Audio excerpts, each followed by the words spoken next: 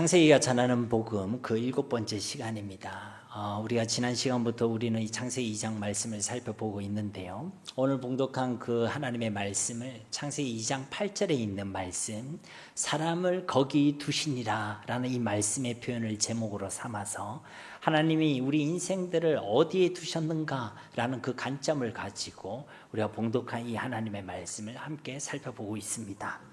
특별히 지난 시간에도 말씀드렸듯이 여기서 두신다는 이 히브리어 단어 숨이라는 이 단어는요, 어디에 두다, 무엇으로 정하다, 새로운 관계를 성립하다, 또 무엇으로 임명하다, 이런 의미를 가지고 있었다라고 말씀을 드렸죠.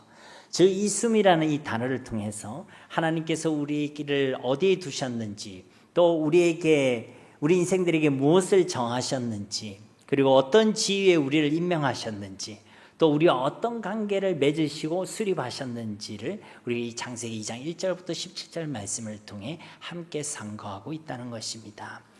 그래서 지난 시간에 하나님께서 우리를 어디에 두셨다고 말씀하셨죠? 첫째는 하나님께서 우리를 하나님의 안식 가운데 두신 줄 믿습니다. 그래서 우리는 지난 시간의 말씀을 통해 왜 하나님께서 우리 인생들에게 안식의 날을 정해주셨는지, 또 우리에게 왜 그 안식의 날이 필요했는지, 또 그 안식 가운데 왜 우리를 두셨는지에 대해서 말씀을 살펴보았죠. 궁금하신 분은 지난주 영상을 참조하시면 되겠습니다. 두 번째로 하나님께서는요, 우리를 하나님의 생명 가운데 두셨죠. 우리의 생명과 우리의 모든 삶을 하나님의 생명 안에 두셨다는 것입니다. 이것은 우리 가운데 하나님의 생명인 그리스도가 없다면 우리는 살아도 살아있는 것이 아니란 것이죠. 먼지와 티끌과 흙덩어리에 불과한 우리의 인생들은 오직 하나님의 생명이 예수 그리스도를 통해서만 다시 살아날 수 있고, 우리 인생의 모든 삶의 목적과 의미를 찾고 회복할 수 있다는 것입니다. 그리고 오늘은 이제 하나님께서요, 우리를 두셨다는 것에 대해서 세 번째와 네 번째 의미를 함께 살펴보고자 합니다. 오늘도 주시는 하나님의 말씀을 통해 하나님께서 우리를 어디에 두셨는지 그것을 아는 지혜와 우리를 향하신 하나님의 사랑을 다시금 확신할 수 있는 은혜가 있기를 예수님의 이름으로 간절히 축원드립니다. 세 번째로 하나님께서 우리를 어디에 두셨느냐? 하나님께서 하나님의 동산 에덴 동산에 두신 줄 믿습니다. 8절 말씀해 보시면요, 여호와 하나님이 동방의 에덴에 동산을 창설하시고 그 지으신 사람을 거기 두시니라. 여호와 하나님께서 천지를 만드시고 이제 동방의 에덴에 동산을 창설하셨다라고 말씀하고 계십니다. 여러분, 이 동산이라는 것은요, 뜰이나 정원을 의미하는 것입니다. 뜰이나 정원인데 또 동산을 의미하기도 해요. 정원 같은 동산, 그렇게 이해하면 되시겠죠. 누구의 정원이라는 것입니까? 하나님의 정원이라는 것입니다. 누구를 위한 정원이란 것입니까? 우리 사람을 위한, 우리 인생들을 위한 정원이라고 말씀하고 있는 것이죠. 이것은 뒤에 따라오는 이 창설하다라는 이 단어를 통해서도 우리가 알 수 있는 것입니다. 창설하다는 이 단어, 나타라는 이 단어는요, 어떤 의미를 가지고 있냐면 나무를 심다 할 때 그 심는다라는 의미를 가지고 있습니다. 즉 나무를 심고 식물을 심었다는 것이죠. 동방의 에덴에 하나님께서 이 정원을 심어 두셨다는 것입니다.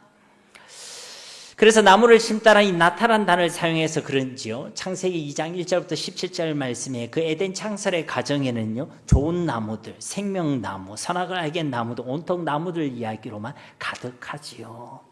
아무튼 우리도 정원을 만들고 가꿀 때 아무렇게나 나무를 심고 꽃을 심지 않죠.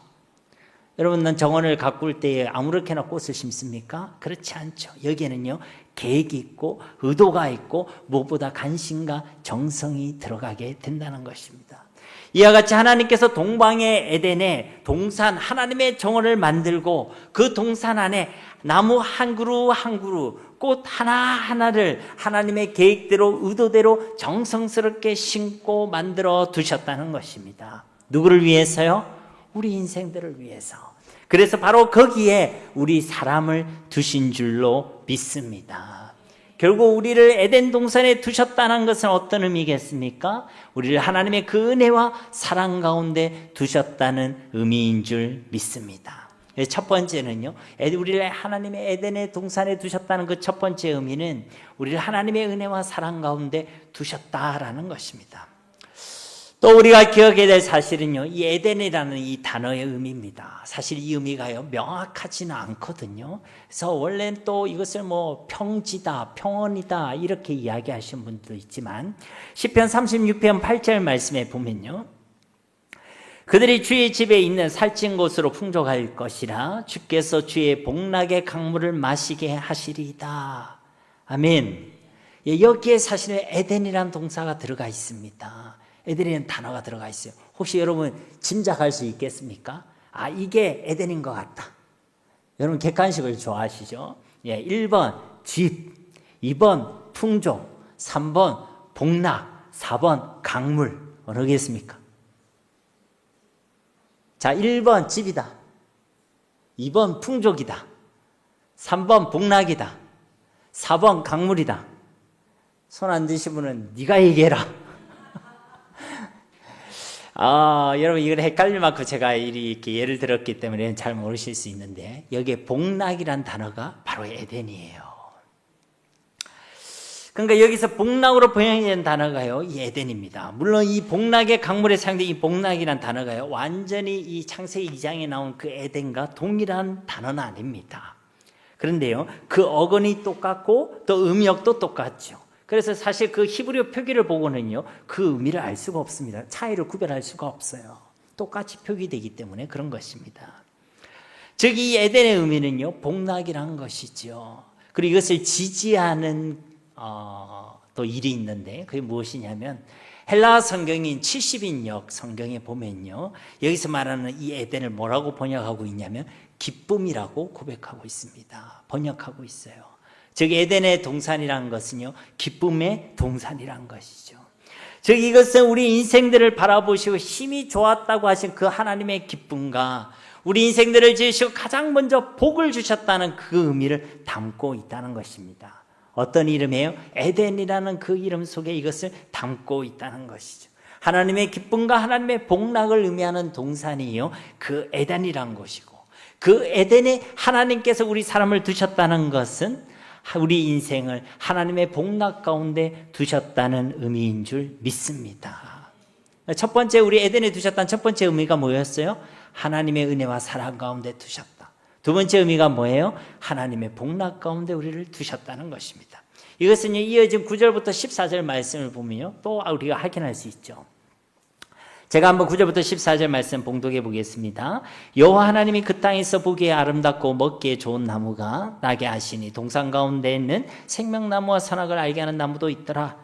강이 에덴에서 흘러나와 동산을 적시고 거기서부터 갈라져 네 근원이 되었으니 첫째 이름은 비손이라. 금이 있는 하윌라 온 땅을 둘렀으며 그 땅에 금은 순금이요 그곳에는 베들리엄과 호마노도 있으며 둘째 강의 이름은 기온이라. 구스 온 땅을 둘렀고 셋째 강의 이름은 히데겔이라. 아수르 동쪽으로 흘렀으며 넷째 강은 유브라데더라. 그러니까 9절과 14절 말씀에 이 에덴 동산이 얼마나 복된 장소인지를 지금 묘사하고 있는 말씀인 것이죠. 그리고 그 묘사, 그 설명의 핵심에는요, 무엇이 등장합니까? 강들이 등장하죠. 몇 개입니까? 이거는 잘 맞추시네요. 4개의 강이 등장합니다. 바로 비손강, 기온강, 히데겔강, 유브라데강, 이 4개의 강이 등장한다는 것이죠. 이 중에 앞에 나오는 첫 번째, 두 번째 강인 비손강과 기온강은요, 어디를 의미하는지 알 수가 없습니다. 그런데 이에 비해서 세 번째, 네 번째 강이 히데겔과 유브라데 강은요, 각각 티그리스 강과 유프라데스 강을 의미하는 강들이죠. 그래서 많은 신학자들과 고고학자들이 그렇게 추정하고 있습니다. 당시 물이라는 것은요, 서로 치고받고 싸울 정도로 그들의 삶에 있어서는 매우 중요한 재산이었고 삶의 근간이었습니다. 창세기 26장에 보면 싸우는 이야기가 나오죠. 누구와 싸웁니까? 이삭의 목자들과 그랄 족속의 목자들이 서로 싸우죠. 왜 싸웁니까? 물 때문에. 물 때문에 물을 차지하기 위해서 그들이요, 싸운다는 것입니다. 그만큼요, 물이라는 것은 그들에게 중요한 요소였다는 것이죠. 그래서 사람들은요, 물을 중심으로 삶의 터전을 확장해 나갔고, 동시에 강을 따라 자신들의 문명을 발전시켜 나갔죠. 여기서 여러분 어릴 때 얼마나 공부를 열심히 했는지 돌발 퀴즈를 제가 내겠습니다. 세계 4대 문명이 무엇이죠? 메소포타미아 문명, 그리고 인더스 문명, 황하 문명, 마지막에는 이집트 문명. 이 네 개의 문명의 공통점이 무엇인지 아시겠습니까? 모두 다 강을 중심으로 발전하고 발달된 문명들이란 것입니다. 이처럼 고대 사람들에게 있어서 이 강이라는 것은요, 복의 근원, 생명의 근원으로 여겨졌다는 것이죠. 근데 이 창세기 2장에 나타난 이 네 개의 강들의 근원은요, 모두 어디에서부터 시작되고 있습니까? 에덴에서부터 시작되고 있다는 것입니다. 그러니까 에덴으로부터요, 한 강 하나가 에덴으로부터 흘러나왔고, 그 강이 다시 네 개의 줄기로 나눠져서 각각 비손, 기혼, 히데겔, 유브라데로 이렇게 나눠지게 되었다는 것입니다. 즉 에덴 동산이야말로 강들의 근원이 되는 동산, 그 이름 그대로 진짜 복락의 동산, 그리고 진짜 복의 근원이 되는 동산인 줄 믿습니다. 그래서 그곳에 우리 인생들을 두셨다는 것은 진실로 우리 인생들을 하나님의 기쁨 가운데 두셨다는 것이고, 또 저 아브라함과 같이 우리를 복의 근원이 되게 하셨다는 하나님의 말씀인 줄 믿습니다. 동시에 에덴으로부터 강이 흘려서 동산을 적시고요, 갈라져 네 개의 강이 되었듯이 이제 우리에게 임한 그 하나님의 복이 우리를 통해 흘러 넘쳐서 우리의 가정이 복을 받고 우리의 일터가 복이 받고, 그리고 이 지역과 이 나라와 민족이 복을 받게 하시는 것이 바로 우리에게 주신 하나님의 복락의 내용인 줄 믿습니다. 그러니까 제가 아까 인사했잖아요. 우리 사명자 한 사람만 있어도 이 천지가 흔들리는 요동하는 일들이 날 것인데, 여기 지금 사명자가 몇 명이냐고.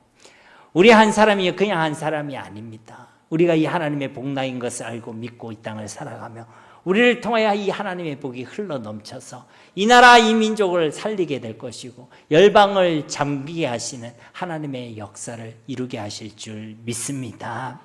그러니까요, 흙덩어리에 불과한 우리의 인생들을 흙덩어리, 아무 쓸모없는 먼지덩어리가 아니라 하나님의 복덩어리로 삼아주신 줄 믿습니다. 이것을 우리가 구속사적으로 볼 때 우리에게 주신 최고의 복은 바로 예수 그리스도인 줄 믿습니다. 에덴의 그 모든 나무들과 그 풍성함은요, 그 동산을 적시고 있는 그 강으로부터 시작된 것처럼 우리에게 허락하신 그 하나님의 은혜와 복을 누리는 것은요, 오직 예수 그리스도로부터 시작되게 되는 줄 믿습니다. 예수님을 통해서요, 우리 모든 것을 누릴 수 있다는 것이죠. 그리고 사람을 에덴 동산에 두셨다는 세 번째 의미는요, 15절 말씀에 잘 나타나 있습니다. 우리 15절 말씀 함께 봉독해 보겠습니다.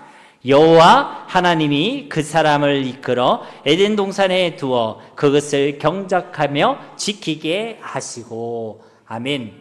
하나님께서 사람을 에덴 동산에 두신 그 목적이 있는데요, 그것은 무엇이냐면 이 에덴을 경작하고 이 에덴 동산을 지키게 하기 위해서다라고 말씀하고 있는 것입니다. 즉 다시 말해서 하나님께서 우리를 에덴 동산에 두셨다는 것은요, 에덴을 관리하고 지키는 에덴 동산의 청지기로 두셨다, 그런 사명의 자리에 저와 여러분을 두셨다는 의미인 줄 믿습니다. 여러분, 하나님께서 우리 인생을 그냥 만드신 것이 아니라 우리 인생들을 만드시고 나서요, 사명을 주시고 그 사명을 감당하며 살아가는 존재로 만드셨다는 것입니다. 여러분, 이것이요, 에덴 동산에 우리를 두셨다는 세 번째 의미인 것입니다.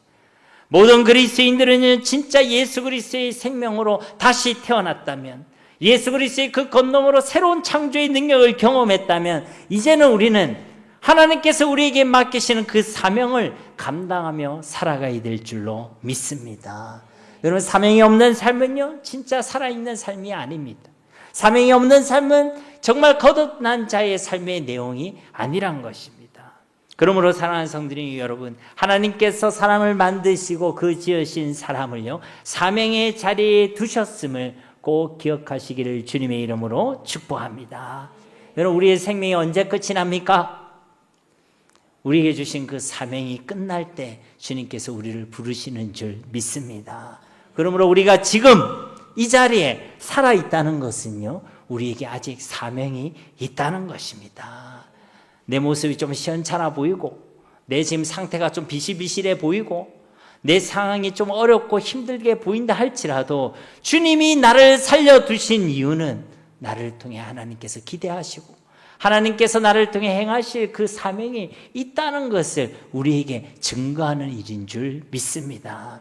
그러니 매일 아침 눈을 뜨고 하나님께서 창조하신 이 피조 세계를 바라볼 때마다 그날이 맑은 날이 되었던, 흐린 날이 되었던, 천둥번개에 친 악천후가 되었던, 오늘도 하나님께서 나를 통해 이루시고 하시고자 하실 하나님께서 주신 사명이 있구나, 그렇게 생각하시기를 주님의 이름으로 축복합니다.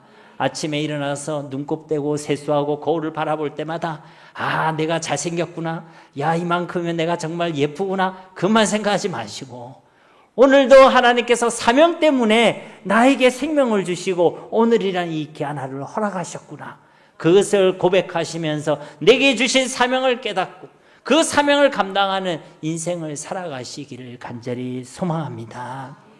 정말로 나라를 위해 기도하시고, 정말로 열방을 위해 기도하시고, 주의 몸된 교회와 우리 이웃과 가정을 위하여 간절히 기도하는 기도의 사명을 감당하시기 바랍니다. 전도와 선교의 사명을 감당하시고 예배와 나눔과 봉사의 사명을 주님 앞에서 감당하시기 바랍니다. 특별히 하나님께서는요, 우리에게 하나님의 왕권을 대임하시고 우리에게 청지기적인 사명을 맡겨주신 줄 믿습니다. 창세기 1장 28절 말씀에 보시면요, 하나님이 그들에게 복을 주시며 하나님이 그들에게 이르시되 생육하고 번성하여 땅에 충만하라, 땅을 정복하라, 바다의 물고기와 하늘의 새와 땅에 움직이는 모든 생물을 다스리라 하시니라. 그러니까 이 땅에 생육하고 번성하고 충만하라는 것입니다. 또 이 땅을 정복하고 이 땅을 다스리란 것이죠. 정복과 다스림, 적이 통치하는 일은 만왕의 왕 되신 하나님이 하시는 일이지만 이 하나님의 그 통치권, 이 왕권을요, 저와 여러분에게 맡겨주신 줄 믿습니다. 하나님의 왕권을 우리에게 일임하시고 대임해 주셨다는 것이죠. 저와 여러분을 왕같은 제사장으로, 하나님의 통치자의 통치권의 대리자로 삼아주신 줄 믿습니다. 오늘 25절 말씀에도요, 에덴 동산을 경작하며 지키게 하셨다라고 말씀하고 있죠. 내 것이 아니라 하나님의 것을 사람에게 맡기시고 사람으로 하여금 관리하게 하시고 사람을 통해 지키게 하셨다라는 것입니다. 저와 여러분을 이 피조세계의 청지기로 삼아주신 줄 믿습니다. 이게 우리에게 맡기신 그 사명의 핵심이라는 것이죠. 이 피조세계에 대한 이 청지기적인 이 사명을 주셨다는 것은요, 단순히 자연을 잘 가꾸고 보존하고 자연 보호를 열심히 해라, 그런 의미가 아닙니다. 물론 그것도 포함되어 있지만 그보다 먼저 우리가 기억해야 될 의미는요, 하나님께서 피조하신 이 세계에 하나님이 세우신 그 질서를 지키고 보존하고 보호하라고 말씀하시는 줄 믿습니다. 하나님의 세우신 질서에서 떠난 것이 있다면 그것을 바로 잡으라는 것입니다. 하나님께서 이 땅에 세워주신 질서가 있다면 그것을 온전히 지켜내라는 것입니다. 오늘날 우리가 살아가는 이 세상에는요, 하나님이 세워주신 그 질서를 떠나 있는 것이 너무나도 많이 있습니다. 일단 이 세상이요, 하나님을 떠나 있습니다. 하나님 안에 살아가야 될 인생들이, 하나님 안에 있을 이 세상이요, 하나님을 떠나 있습니다. 하나님의 거룩 안에 머물러 있어야 될 이 세상이요, 죄악 가운데 서 있습니다. 하나님이 싫어하는 죄와 사망의 그늘 아래서 괜찮다고 여기며 살아가고 있습니다. 진리의 말씀을 떠난 악법과 불법과 편법들이 막 난무하고 있습니다. 우리가 10월 27일 서울 광화문에 올라가는 이유도 바로 이 때문이 아니겠습니까?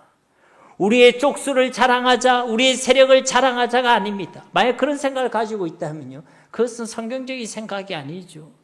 우리의 능력은 쪽수에 있는 게 아닙니다. 사람 수의 많음에 있는 것이 아닙니다. 우리가 이 정도 모이면 좀 있어 보이고 사람들에게 좀 먹힐 것이다, 그렇게 생각해서 우리가 올라가는 것이 아닙니다. 우리 무엇 때문에 올라가는 것입니까? 동성애자들을 옹호하는 악한 법률들, 포괄적 차별금지법 같은 하나님의 중심이 아닌, 하나님이 없는 사람 중심의 그 인본주의적인 그 법률들이 결국은 더 많은 사람들을 불행하게 만들고 우리의 신앙의 자유를 억압하게 만드는, 성경에서 말하고 있는 죄악이고 우상 숭배임을 우리가 선포하기 위해서 그 자리로 나아가는 줄 믿습니다. 그리고요, 그들을 정죄하고 그들을 단죄하기 위해서 나아가는 것이 아닙니다. 오히려 저들의 그 죄악이 바로 우리 모두의 죄악임을 하나님 앞에 고백하고, 저 느헤미야 선지자와 같이 주님, 이것이 우리의 죄악입니다. 우리의 부족함입니다. 우리의 연약함입니다. 교회의 죄악이고 하나님의 백성의 죄악이고 이 땅의 그리스도인의 죄악입니다. 그것을 우리가 함께 고백하고 통회하고 회개하며 눈물로 부르짖기 위하여 우리가 올라가는 줄 믿습니다. 올라가서 이 너무 정치인들 어디 보자 이러려고 가는 게 아니란 거예요. 그럼 나는 어렵다는 얘기잖아요. 그것 때문에 가는 거 아닙니다. 느헤미야 선지자처럼 우리의 죄악입니다. 우리 교회가 깨어있지 못해서 그런 것입니다. 우리가 정말 진리의 빛을 비추지 못해서 그런 것입니다. 여러분, 그것을 우리의 가슴에 묻고 회개하고, 그리고 이것이 잘못됐음을 우리가 알기 때문에 선지자의 사명을 가지고 이것은 성경이 아닙니다를 선포하기 위해서 우리가 함께 마음을 모으기 위하여 우리가 올라가는 줄 믿습니다. 우리 쪽수를 보여주기 위해 가는 거 아니에요. 마음을 모으기에, 함께 회개하기 위해, 기도하기 위해 가는 줄 믿습니다. 이처럼 하나님께서 우리를 에덴에 두셨다는 것은요, 하나님의 사랑과 은혜 가운데 두셨다, 하나님의 복락 가운데 두셨다, 또 이와 같은 사명의 자리에 두셨다는 의미인 줄 믿습니다. 그리고 이제 마지막으로 네 번째로 하나님께서 사람을 거기에 두셨다는 것은요, 사람을 하나님의 언약 안에 두셨다는 의미인 줄 믿습니다.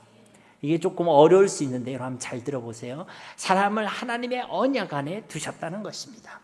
16절과 17절 말씀 우리 함께 봉독해 보겠습니다.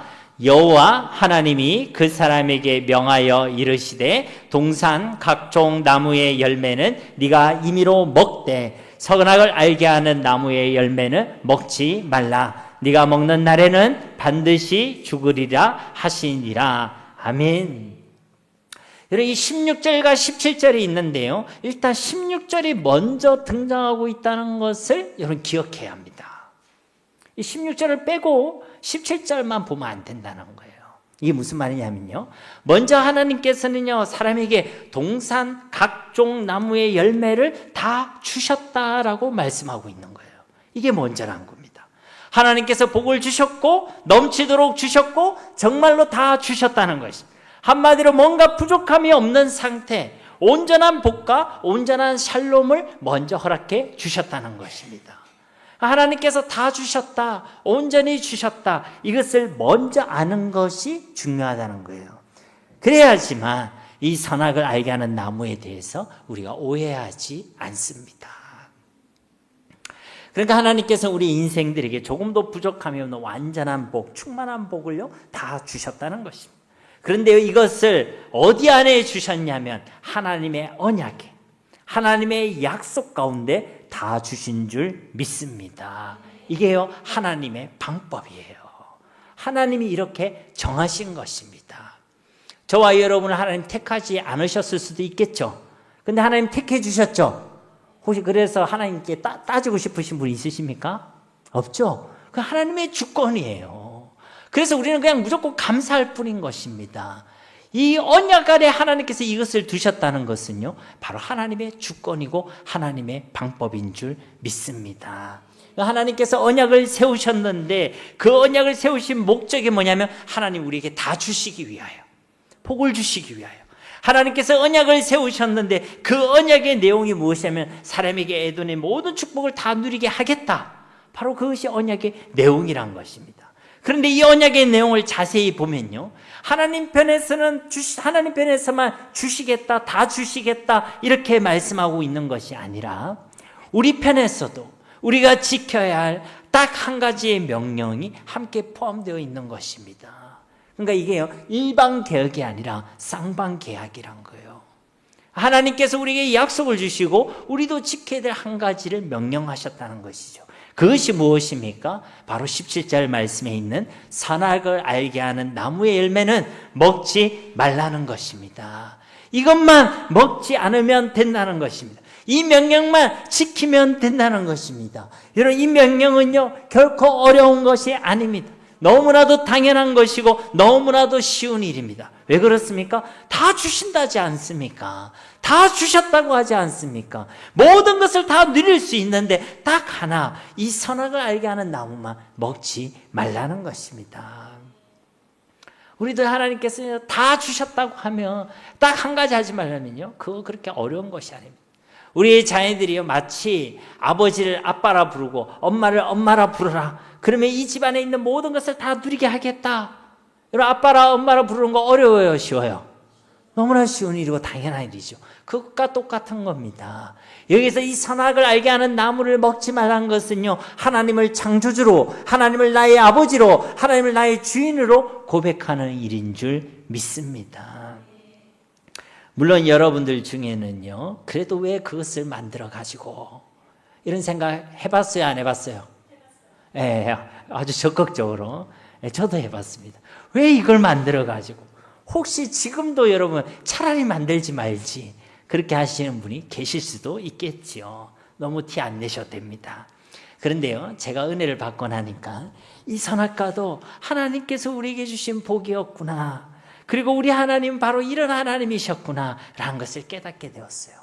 제가 예를 들어 보면요, 제가 저희 집사람과 결혼하고 신혼여행을 필리핀으로 갔습니다. 저희 아는 선교사님이 계셔서 선교여행을 신혼여행으로 갔었는데요, 지금은 많이 후회하고 있습니다. 어쨌든요, 그렇게 갔는데 마닐라 시내를요 제가 이렇게 들어가는데, 이제 차를 렌트해가지고 선교사님 운전해가 이렇게 갔어요. 근데 이제 그 길 따라 이렇게 가는데요, 차도에 중앙선이 없는 거예요. 중앙선이. 그러니까 가다가요, 차가요 막 그 자리에서 바로 유턴하기도 하고, 차가 없으니까 사람이 저 반대편에서 나를 향해 막 달려오다가 옆으로 이리 가는 것처럼 보이고, 차를 탔는데 너무 놀라는 거예요. 불안하고. 그때요, 제가 이렇게 생각했는데, 우리나라에 딱 왔는데 우리나라엔 중앙선이 있어요, 없어요? 있죠. 중앙선이 있는데 이게요 너무 편안한 거예요. 한 번도 이 중앙선의 고마움을 제가 느낀 적이 없었는데요, 거기서 갔다 오니까 이 중앙선이 너무 고마운 겁니다. 중앙선이 있으니까요 안전하고 평안하고. 왜 그렇습니까? 그것만 지키면 되니까. 중앙선을 기준으로 해서 오른쪽에 있는 차, 왼쪽에 있는 차는요 그 자리만 딱 지키면 되니까 그런 것입니다. 여러분, 이 중앙선을 가지고 혹시 시비 건 적 있으십니까? 왜 중앙선을 만들어 가지고? 차라리 만들지 말지. 물론 여러분들 중에 중앙선에 대한 어떤 큰 벌금을 냈던 분들은 그런 기억이 있으실지 모르겠지만요, 이 중앙선이 우리를 괴롭히려고 만든 것이 아닙니다. 우리를 귀찮게 만들려고 한 것이 아닙니다. 나라에서 세금을 한 푼이라도 더 거두려고 만든 것이 아닙니다. 이 중앙선을 왜 만들었죠? 우리의 안전과 우리의 생명을 위해 만들었지 않습니까? 우리의 사회와 우리의 가정의 질서를 위해서 만드셨다는 거예요. 선을 그렇게 꺼놓고 넘지 말라는 것입니다. 선을 그렇게 꺼놓고 제자리를 지키라는 것입니다. 여러분, 선악을 알게 하는 나무는요 바로 이와 같은 거예요. 우리와 하나님 사이의 인생의 선을 꺼놓고 중앙선과 같이 이 선을 넘지 말라는 것입니다. 우리의 제자리를 지키라는 것입니다. 그것을 통해 우리를 골탕 먹이고 우리를 저주하고 우리를 어렵게 만들기 위해서 그런 것이 아니라, 우리가 그 제자리를 지킬 때에, 우리가 그 선을 넘지 않을 때에 우리가 진짜 행복할 수 있기 때문에, 하나님이 그 약속에 다 주셨다는 그 복락을 우리가 누릴 수 있기 때문에, 하나님께서는 그 복의 징표로 우리에게 이 선악을 알게 하는 나무를 주신 줄 믿습니다.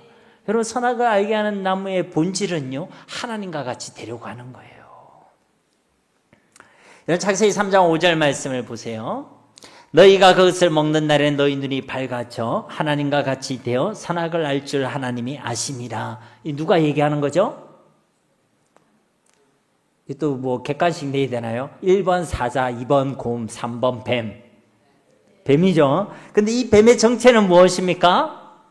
요한계시록 12장 9절 말씀에 보면요, 큰 용이 내치었기니 옛뱀 곧 마귀라고도 하고 사탄이라고도 하며 온 천하를 깨는 자라. 그러니까 이 옛뱀의 정체는요 바로 마귀고 사탄이고 온 천하를 속이는 자라는 거예요.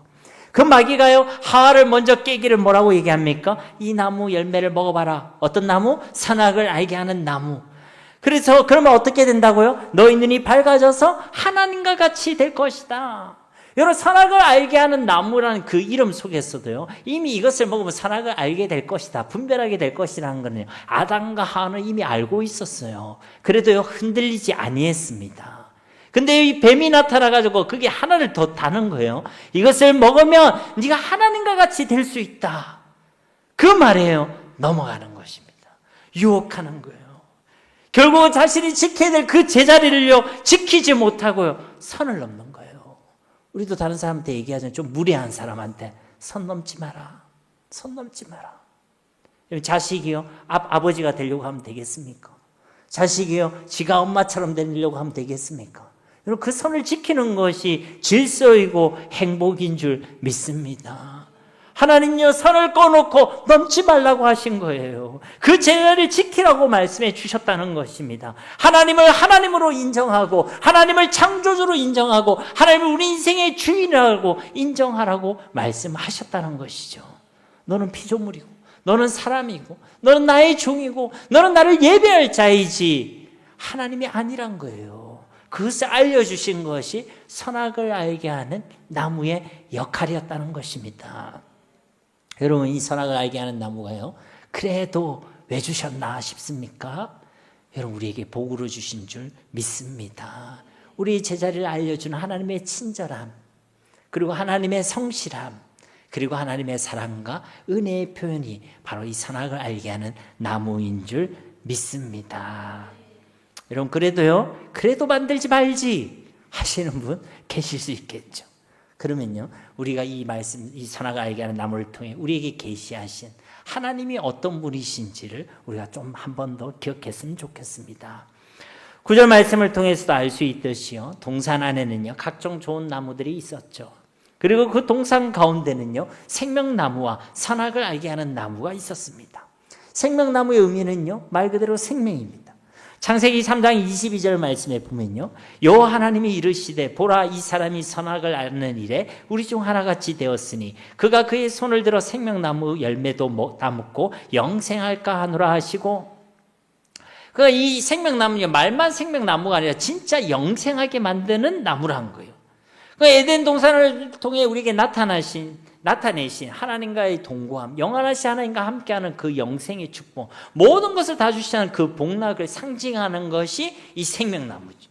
그 이 생명나무를 우리는 먹음으로써 영생의 축복을 누리고 하나님과 함께하는 인생을 누리고 하나님께서 다 주셨다는 것을 우리는 누릴 수가 있는 것입니다. 그런데요, 그 옆에 무슨 나무가 있다고요? 선악을 알게 하는 나무를 함께 주셨다는 거예요. 선악을 알게 하는 나무의 의미는 뭡니까? 사망이죠. 죽는다는 것입니다. 모든 복을요, 상실한다는 그 저주를 담고 있다는 것이죠. 그 하나님께서는 이 두 가지를 같이 주셨다는 의미가 무엇인지 아시겠습니까, 여러분? 하나님께서 우리 사람으로 하여금 생명과 사망을 선택할 수 있는 자유를 주셨다는 의미인 줄 믿습니다. 하나님께서는 어느 거 하나만 주고 선택하라고 하는 것은요, 선택의 강요이지 진정한 자유가 아닙니다. 근데 하나님께서는 자유를 주시기 위하여 사망을 뜻하는 선악을 알게 하는 나무와 영생을 뜻하는 생명나무를 함께 주셨다는 것입니다. 여러분, 이게 왜 사망의 나무라고 제가 이야기하냐면요, 이 정령 죽으리라는 이 히브리어 구성이 어떻게 되냐, 같은 단어가 반복되고 있습니다. 죽는다는 그 단어를요, 같이 반복하고 있는 거예요. 죽으리라. 그러니까요, 정령 죽으리라는 의미죠. 그러니까 어느 거 하나만 주는 것은요, 하나님의 방식이 아니란 것입니다. 언젠가 제가 말씀드렸던 기억이 있는데요, 제가 어릴 때, 청소년 때 아주 엉뚱한 기도를 드린 적이 있습니다. 어떤 기도를 드렸냐면, 하나님, 나를 로봇같이 되게 해주세요. 혹시 기억나십니까, 여러분? 나를 로봇처럼 만들어주세요. 왜냐하면요, 나한테 자유의지가 있어 봐야 그 의지를 가지고 엉뚱한 것을 택하고 죄를 택하고 세상을 택하고 살아가는 제 모습이요, 견딜 수가 없는 거예요. 그래서 내게 주신 이 자유의지를 내가 정말로 바르게 사용할 자신이 없는 겁니다. 그래서요, 하나님, 나에게 자유의지를 걷어가달라고, 나를 로봇처럼 프로그래밍 해주셔가지고 내가 하나님의 거룩을 위해 살아가게 하시고 의를 위해 살아가게 하옵소서. 정말로 눈물로 간절히 기도했어요. 한 번도 아니고 정말 수차례를 그렇게 기도했습니다. 하나님, 저희 그 기도에 응답해 주셨을까요? 응답해 주시지 않으셨을까요? 뭐 제가 이렇게 로봇처럼 이렇게 보이나요? 그렇지 않죠. 하나님 그것을 응답해 주셨으면 큰일 날 뻔했죠. 왜냐하면요, 그게 하나님의 방식이 아닙니다. 하나님 우리를 로봇처럼 만들어서 선택을 강요하고 로봇처럼 만들어서 프로그래밍해서 무조건 따르게 하는 거, 그게 하나님의 방식과 방법이 아니란 거예요. 하나님 우리에게 자유의지를 주시고 그 자유의지를 가지고 자발적으로 하나님을 택하고 하나님을 경외하고 하나님께 영광 돌리기를 기뻐하시는 하나님, 그분이 우리가 믿는 하나님이신 줄 믿습니다. 그게요, 하나님의 방식이에요. 이 선악을 알게 하는 나무는요, 바로 그것을 우리에게 의미하고 있는 것입니다. 우리를 에덴 동산에 우리를 하나님의 말씀 언약 안에 두셨다는 것은요, 바로 그 자유 안에 두셨다는 것이고, 그 언약의 말씀에 약속하신 하나님의 복락 가운데 저와 여러분을 주셨다는 말씀인 줄 믿습니다. 그러므로요, 하나님께서 우리 인생들을 두신 그 모든 자리들은 그야말로 복이 아닌 곳이 없습니다. 그 어느 곳 하나도요, 하나님의 사랑이 아닌 곳이 없다는 것입니다. 이 우주 만물을 창조하신 우리 하나님께서 우리를 얼마나 사랑하시는지, 우리를 얼마나 소중히 여기시는지, 그 속에 하나님의 사랑이 구구절절히 담겨져 있다는 것입니다. 즉 하나님께서 사람을 거기에 두셨다라는 이 말씀을 한마디로 요약하자면, 하나님께서 사람을 창조주 하나님의 그 무한하고 풍성한 사랑 가운데 두셨다라는 말로 요약되는 줄 믿습니다. 하나님이 우리를 사랑하셔서 하나님의 안식 가운데 두셨고, 하나님이 우리를 사랑하셔서 하나님의 생명 가운데 두셨고, 하나님이 우리를 사랑하셔서 하나님의 동산 저 에덴에 우리를 두셨고, 하나님이 우리를 사랑하셔서 하나님의 언약과 진정한 참 자유 가운데 우리를 두신 줄 믿습니다. 비록 우리는 죄로 인하여 그 모든 것을 잃어버리고 그 모든 것이 없는 상실한 삶을 살아갈 수밖에 없는 자들이 되었지만, 그럼에도 불구하고 하나님께서는요, 우리를 포기하지 아니하시고 이 모든 것을 완전히 회복시켜 주신 줄 믿습니다. 누구를 통해서 말입니까? 우리 주 예수 그리스도를 통해서, 아담과 하와가 생명나무를 통해서 하나님과 영원히 함께하는 영생의 축복과 저 에덴의 모든 축복과 복락을 누릴 수 있었던 것처럼, 우리도 우리에게 주신 생명나무가 되신 예수 그리스도를 통하여 이 모든 축복과 복락을 누릴 수 있는 줄 믿습니다. 예수님을 통해서 참된 안식을 누리고, 예수님을 통해서 영원한 생명을 누리고, 예수님을 통해서 진짜 행복과 복락을 누리고 사명으로 살아가고, 예수님을 통해서 진정한 자유를 누리고 약속의 말씀 가운데 약속하신 그 은혜와 축복을 누리는 우리 모두가 다 되시기를 예수님의 이름으로 간절히 축원드립니다. 우리 이 시간 말씀을 기억하시면서 함께 기도하기를 소망합니다. 주님, 우리에게 허락하신 우리에게 우리를 두신 그 모든 자리들이 바로 하나님의 사랑을 의미하는 줄 믿사오니, 주님, 우리에게 창조하신 이 피조 세계를 통하여 하나님의 그 크신 사랑을 알게 하옵소서. 하나님, 우리를 안식 가운데 두셨음을, 생명 가운데 두셨음을, 하나님 우리 영원한 복락 가운데 두셨음을, 하나님 약속의 말씀과 참 자유 가운데 두셨음을, 우리가 예수 그리스도를 통해 온전히 누리는 삶을 살아가게 하옵소서. 우리 합심으로 말씀 붙들고 기도하도록 하겠습니다. 살아계신 아버지 하나님 감사합니다. 오늘도 우리에게 하나님의 귀한 말씀을 주심을 감사드립니다. 사람을 거기에 두시니라. 하나님, 그 하나님의 은혜와 사랑을 우리가 깨달아 알기를 원합니다. 진정한 우리가 안식 가운데 우리를 두셨음을 알기를 원합니다. 주님, 우리를 하나님의 생명 가운데 두셨음을 우리가 기억하기를 원합니다. 그리고 오늘 주신 말씀대로 하나님 우리를 에덴 동산에 하나님의 저 영원한 복락과 기쁨 가운데 두셨음을 우리가 잊지 아니하기를 원합니다. 하나님, 우리의 모습을 보고 우리의 넘어짐과 우리의 연약함을 보고 하나님 우리가 실망하고 낙심하지 않기를 원합니다. 우리를 그렇게 복된 존재로 복의 근원으로 불러주셨음을 알고 하나님 복의 근원답게 복덩어리답게 이 땅을 살아가길 원합니다. 우리를 사랑하시고 복 주시기를 원하시는 그 하나님의 섭리와 계획과 창조의 계획이 있었음을 우리가 확신하게 하셔서 하나님 우리 삶 가운데 주님이 허락하시는 그 놀라운 기쁨과 복락들이 주님 넘쳐나게 하여 주시옵소서. 우리 삶 가운데 주님을 향해 한 가지만 고백하게 하옵소서. 하나님이 하나님이심을 고백하게 하옵소서. 하나님이 창조주이심을 고백하게 하시고 하나님이 우리 인생의 참주인이심을 고백하게 하시고 오직 하나님만이 여호와 하나님이심을 우리가 고백하게 하여 주시옵소서.